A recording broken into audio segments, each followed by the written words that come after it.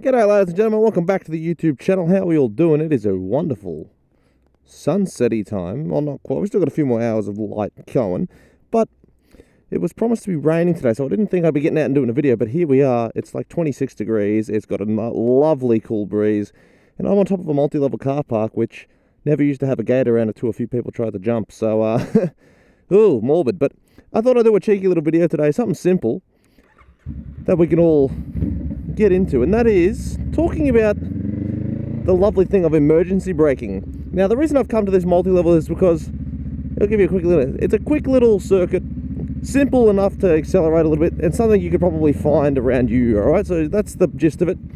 But we're going to be talking about emergency braking, alright? It's pretty simple. There's a few ways to do it. There's the simple way and there's the more advanced way. The simple way would be you accelerate, and then you brake, okay? The next one will be to say we've got to kick up a gear for this one, but you're going to be accelerating into the corner, you're going to go. Now, that one was a bit more subtle. You might not have realised it, but that's how I've had to do in a few situations, okay? So, there's emergency braking with your clutch and emergency braking without your clutch. Now, the simple way of doing it is just emergency braking while holding a fistful of clutch, okay? So that way, you're relying entirely on your brakes. No engine braking, no shifting, and it's a little easier to focus if you're not so confident in riding, okay? So, let's go through it again. When you start emergency braking, there's two brakes on your bike. At least you've got one of the newer bikes that has the same thing as in linked brakes. So you check your bike first. If you have ABS, make sure you leave it on. It makes for a better braking experience, but essentially, if you have a bigger tank, you want to grip your tank, press that rear brake down, and start pressing that brake, but you're not going to grab it like this. You're going to start grabbing it slowly. So it's a nice, slow, progressive squeeze. And if you don't have ABS, believe me, that'll make a difference. So let's go. We'll do a loop, and we'll do it. All right, we'll do it again. So we're going to go over this side and do the same thing. If you're struggling turning these places, just hold your rear brake down. It's a little easier to get those tighter corners. But see, look, we're going to accelerate, and then press that clutch in, press that brake, and there we go. We've stopped. So I don't grip my tank as much just because it's bad habits. But if you start working on it earlier, or if you're just not a fan of the tank grip, it depends on your bike style and your tank, but I don't find it's necessary on mine. But see, look, we're going to accelerate, grip, press, squeeze, and you even heard the ABS click in there. See? Nice and simple. Emergency braking 101. So let's do the other ones now.